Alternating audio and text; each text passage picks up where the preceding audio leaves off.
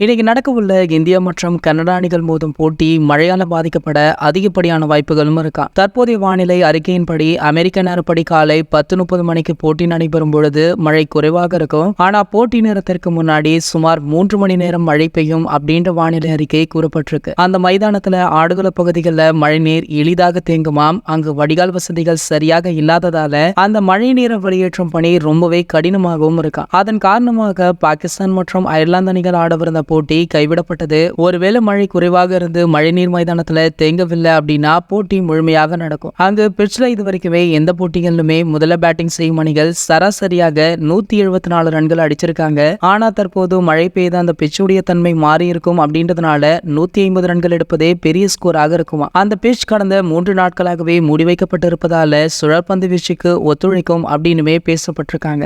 இதனடுத்து பாத்தீங்கன்னா இதுவரைக்கும் நடந்த 3 போட்டிகள்ல இந்தியா 3 போட்டிகளுமே அபாரமாக செயல்பட்டிருக்கு. ஆனா விராட் கோலி அவர்கள் சொற்ப ரன்கள்ல 3 போட்டிகளுமே ஆட்டம் இழந்திருக்காரு. இதனடுத்து பாத்தீங்கன்னா சுப்மன் கில், ஆவேஷ் கான் ஆகிய 2 பேருமே நாடு திரும்பிட்டாங்க. இதுக்கப்புறம் அவங்க பயன்பட மாட்டாங்க அப்படின்ற தகவலுமே வெளியாகிடுச்சு.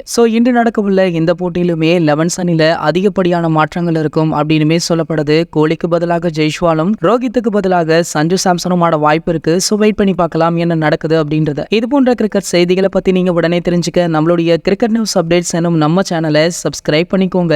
மேலும் பக்கத்துல உள்ள பெல் ஐகானை கிளிக் பண்ணிட்டீங்கன்னா நீங்க நம்ம வீடியோவை மிஸ் பண்ணாம பார்க்கலாம்.